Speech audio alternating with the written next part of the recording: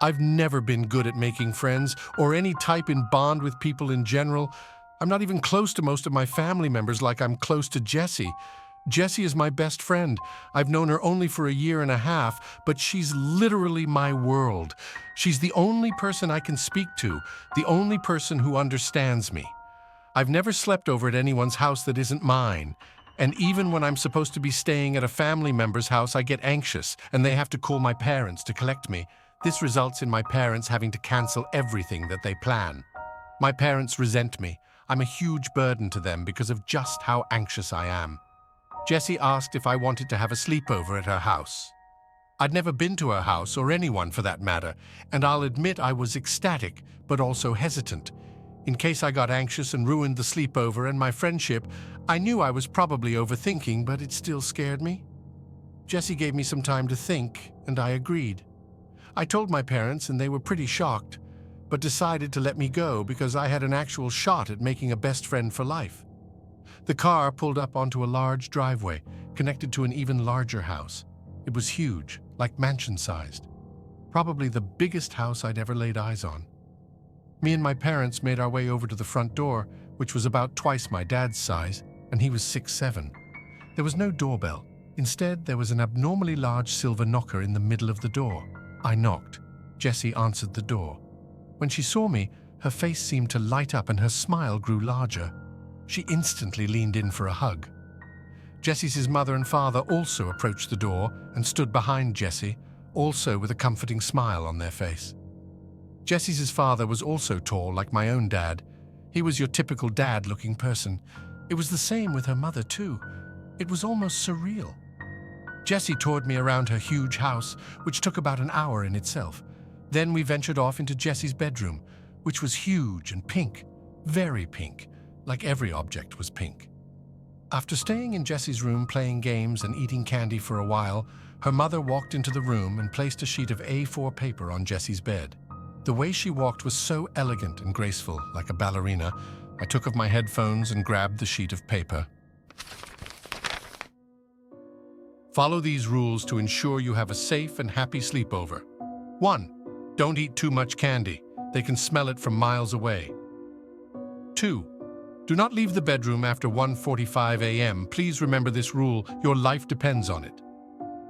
3. If you happen to wake up during the night for no apparent reason, hide under the bed within 25 seconds. That way they cannot see you.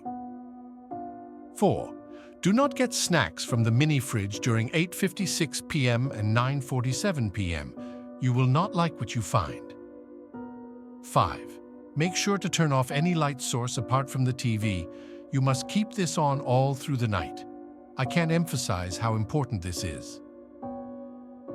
6. If you wake up randomly and see Jessie sitting upright, awake in her bed, run. Lock yourself in the ensuite and do not come out for the rest of the night. If Jessie knocks and says she hurt herself and needs help, ignore her and do not reply. 7. If you wake up and hear the baby crying, ignore it completely. Don't even move. It isn't the baby. 8. Do not attempt to speak to Jessie during the night, and if she speaks to you, do not reply. This is crucial if you want to stay safe. 9.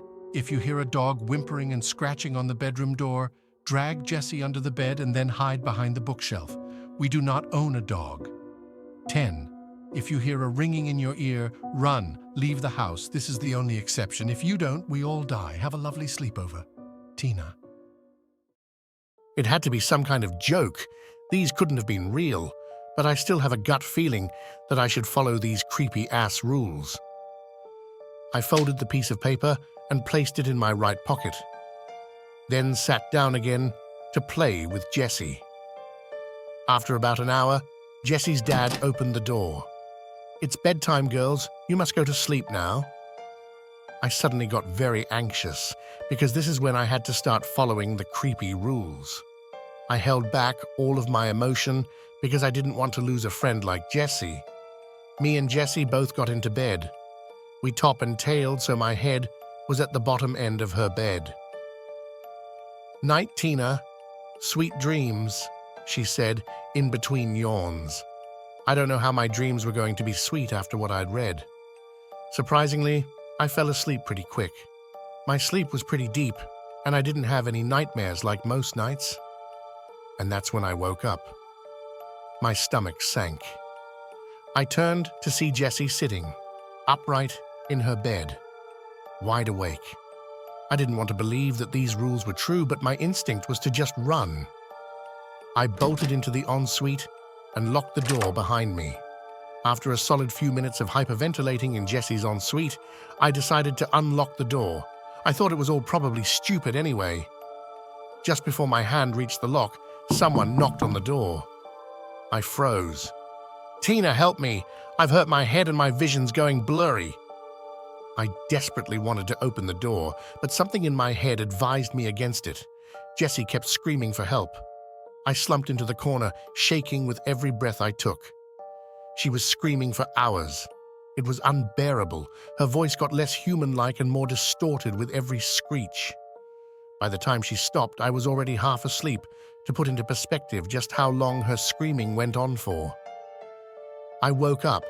The light from the sun outside made my eyes sting. My ears were still throbbing. I slowly got up from the corner of the bathroom and unlocked the door. Jessie was playing on her PS5. Everything was totally normal. "Hey, Tina," she said in her usual jaunty tone. "I think your mum and dad are already outside waiting for you in their car." I couldn't take speaking. Everywhere in my body ached. I picked up my stuff and started walking downstairs. Jessie's parents waited at the bottom of the stairs to greet me. "Your parents are outside waiting for you, Tina," said her mother with a smile. How did they get here so quickly? It was only 8:45. I could see the open door and my parents' car outside. I was so relieved I was going to leave this place finally. Jessie's dad showed me out, and I hopped into my parents' car. I can't begin to explain how relieved I was to see my parents' smiling faces again. Jessie and her family waved at me as I drove away. "How was the sleepover, sweetie?" asked my dad. I was about to reply when I got a notification on my phone. It was a message from my mom. It said, "Hey, Tina. I was just messaging to ask what time you wanted me and your dad to pick you up from Jessie's house."